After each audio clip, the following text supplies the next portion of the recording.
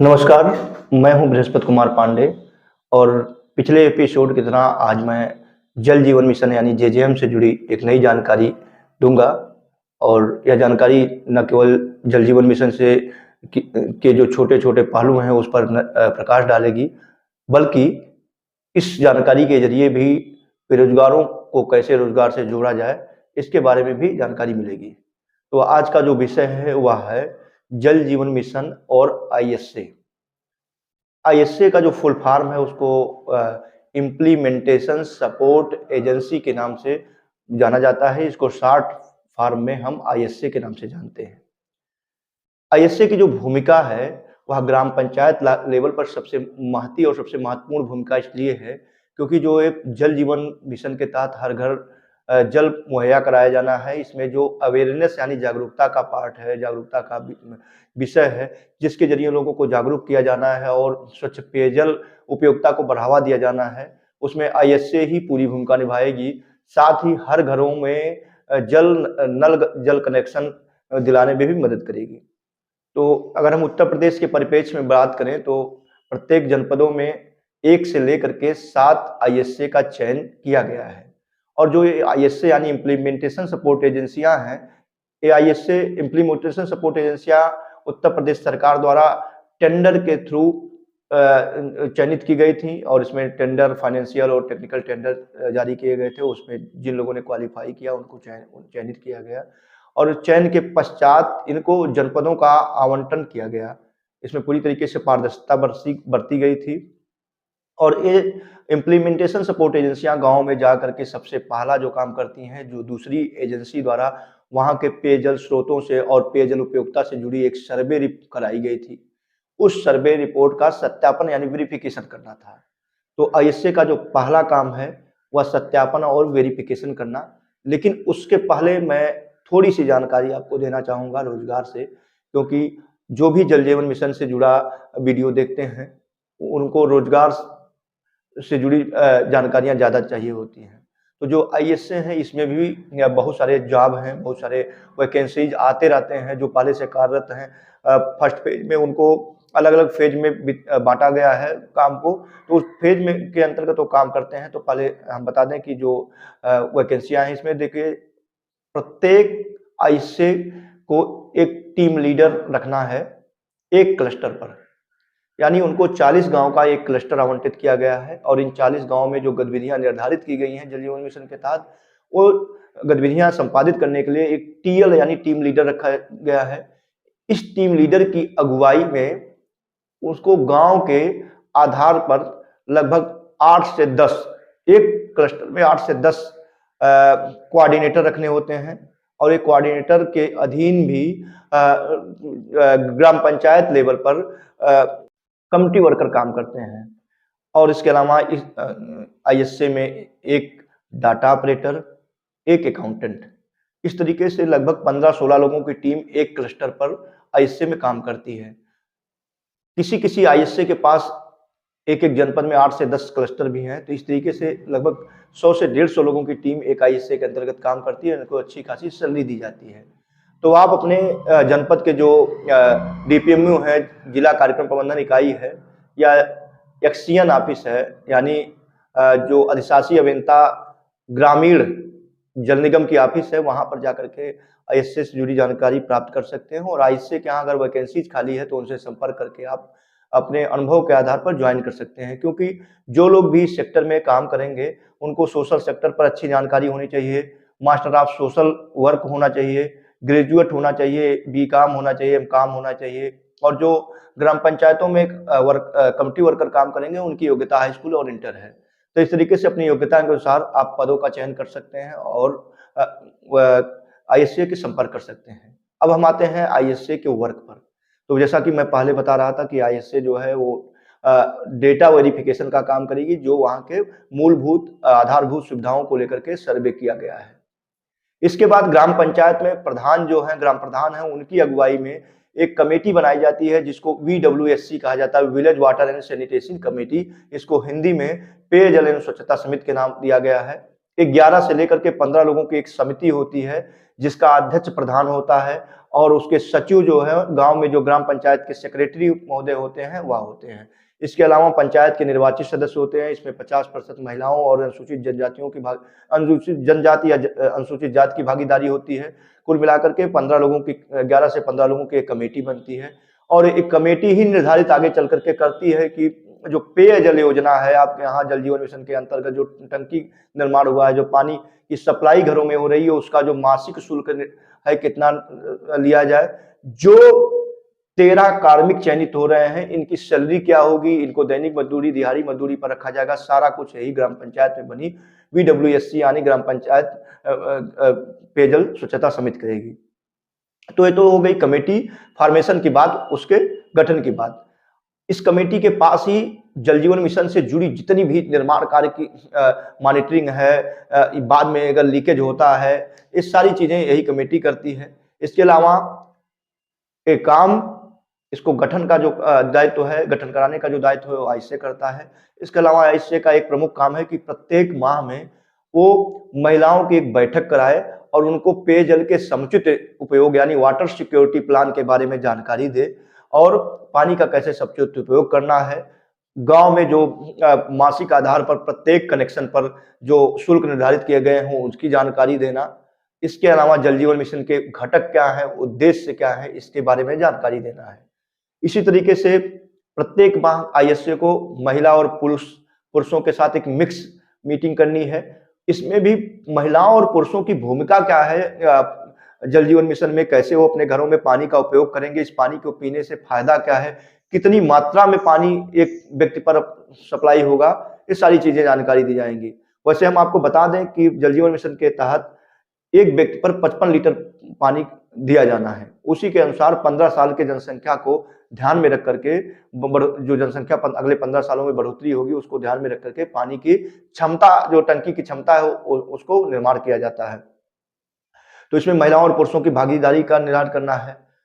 यहाँ बात आती है कि हम स्वच्छ पेयजल उपयोग तो कर रहे हैं, लेकिन कई बार हम शारीरिक स्वच्छता पर ध्यान नहीं देते हैं, खान पान पर ध्यान नहीं देते हैं। तो ऐसे में हम जो आईएसए है वो आईएसए सुबह रैली करते हैं, प्रभात फेरी करते हैं और प्रभात फेरियों के जरिए, रैली के जरिए घर घर जाकर लोगों को समझाने का काम करते हैं कि साफ सफाई बरतें और जल जीवन मिशन के तहत जो सप्लाई में आ रहा है पानी उसी का उपयोग करें। खाना बनाने में और पीने के उपयोग में जल जीवन मिशन के तहत जो टंकी से पानी सप्लाई होगा उसका उपयोग करना है। बाकी कपड़ा साफ करने के लिए, बर्तन धुलने के लिए जो आप रॉ वाटर जो जैसे आप पानी इस्तेमाल करते थे उसी का इस्तेमाल करेंगे। भैंस धोने के लिए भी आप खराब पानी जो है उसी से करेंगे, लेकिन पीने के लिए आपको एक निर्धारित मात्रा में पानी मिलेगा। भोजन बनाने के लिए निर्धारित मात्रा में मिल रहा है तो उसी को पानी का उपयोग करना है। ये तो महिला पुरुष की बात हो गई और प्रभात फेरी की बात हो गई। अब हम आते हैं हैंड वॉश की। तो हैंड वॉश के बारे में भी जानकारी बताया जाता है, बहुत सारी जानकारियां बताई जाती हैं। एक सुमन विधि है, SUMAN के। सुमन विधि में क्या है, यस का मतलब होता है कि हाथ को सीधा कर लेना। तो उसमें जो आईएसए के कोऑर्डिनेटर जाते हैं, कमिटी वर्कर होता है, वो बच्चों को, बूढ़ों को, जवानों को, महिलाओं को, सबको हाथ धोने की जानकारी, हैंड वॉशिंग का प्रोसेस बताता है। सुमन का पहला अक्षर जैसे होता है यस यानी हाथ को सीधा करना। यम का मतलब होता है, इसको हमने क्या किया, खूब बढ़िया से इस भाग को और इस भाग को साफ करते हैं, हथेली को साफ करते हैं। अब यू का मतलब हो गया उल्टा करना, यानी हाथ को उल्टा करके भी साफ करना। फिर यम का होता है मुट्ठी, यानी मुट्ठी को भी हम साफ करते हैं, इस तरीके से साफ करते हैं। उसके बाद क्या होता है, यस यू यम, उसके बाद ए का मतलब अंगूठा, यानी अंगूठे को भी हम साफ करते हैं। 20 से 30 सेकंड तक ये प्रक्रिया दोहराई जाती है। उसके बाद एन का मतलब होता है नेल यानी नाखून, इसको भी हथेली पर रगड़ करके हम साफ करते हैं। और फिर एक अक्षर इसमें लास्ट में जुड़ता है के, सुमन के, तो के का मतलब होता है कोहनी तक साफ करना। तो ये सारी प्रक्रिया आईसीए के जो कोऑर्डिनेटर हैं टीम लीडर की अगुवाई में और वहां पर कमिटी वर्कर की अगुवाई में सारे वर्क करते हैं अवेयरनेस यानी जागरूकता के। इसके अलावा पीआरए किया जाता है, पार्टिसिपेटरी रूरल अप्रीजल। इसमें क्या होता है, एक संसाधनों की मैपिंग की जाती है, जमीन पर मानचित्रण किया जाता है, उस मानचित्रण के जरिए हम ये निर्धारित करते हैं किन किन रास्तों से पाइपलाइन गुजरेगी और पूरा मैप बना करके हम जल निगम को सौंपते हैं और फिर इसके आधार पर डीपीआर डिटेल प्रोजेक्ट रिपोर्ट जो है वो तैयार होती है। फिर इंजीनियर्स की टीम आती है और फिर वहाँ पर निर्माण कार्य शुरू होता है। तो ये सारी चीजें हो गई। इसके अलावा भी ग्राम सभा की बैठक होती है, बड़ी बैठक होती है, उसमें निर्धारित होता है कितने घरों में कनेक्शन जाना है, कितने परिवार हैं।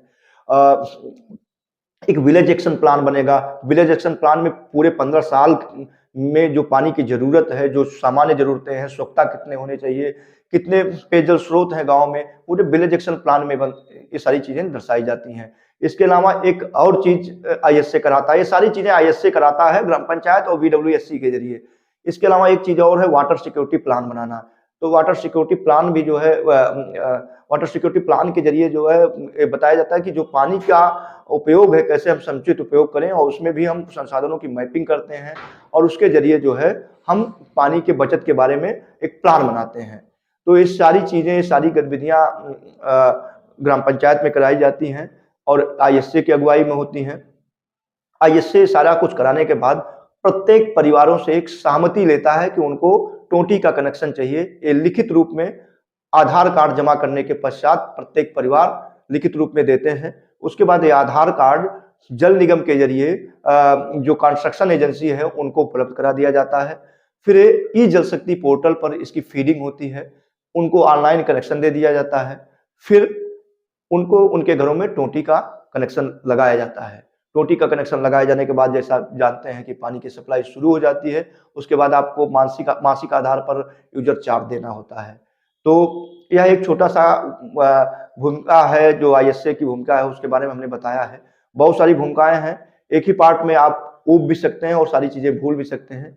अगली कड़ी में अगले 2-3 दिनों में फिर हम जब पंचायत पत्रिका की पोर्टल पर आपको जानकारी देंगे, तो जो आईएसए के विस्तृत वर्क है, एक एक वर्ग के बारे में हम जानकारी देंगे और एक एक पद जहां पर जो रोजगार के अवसर हैं उनके बारे में जो चीजें बताई जानी है कि रोजगार कैसे आईएसए में हम प्राप्त करें, क्या क्या योग्यता हो, क्या काम करना होगा, उसके बारे में एक एक चीजों को हम विस्तृत जानकारी देंगे। फिर सिर्फ पदों के बारे में तो आपको हमारा ये जो कार्यक्रम है जल जीवन मिशन से जुड़ा हुआ पंचायत पत्रिका पर, क्योंकि हम पंचायतों में काम कर रहे हैं, नाम भी पंचायत पत्रिका है, कैसा लग रहा है आप कमेंट बॉक्स में जरूर दें, जानकारी दें और आप हमसे वादा करें कि जो मैं जानकारी दे रहा हूं उसको शेयर करेंगे, लाइक करेंगे, कमेंट करेंगे, तभी हम आपको अगली जानकारी देने के लिए हाजिर हो पाएंगे।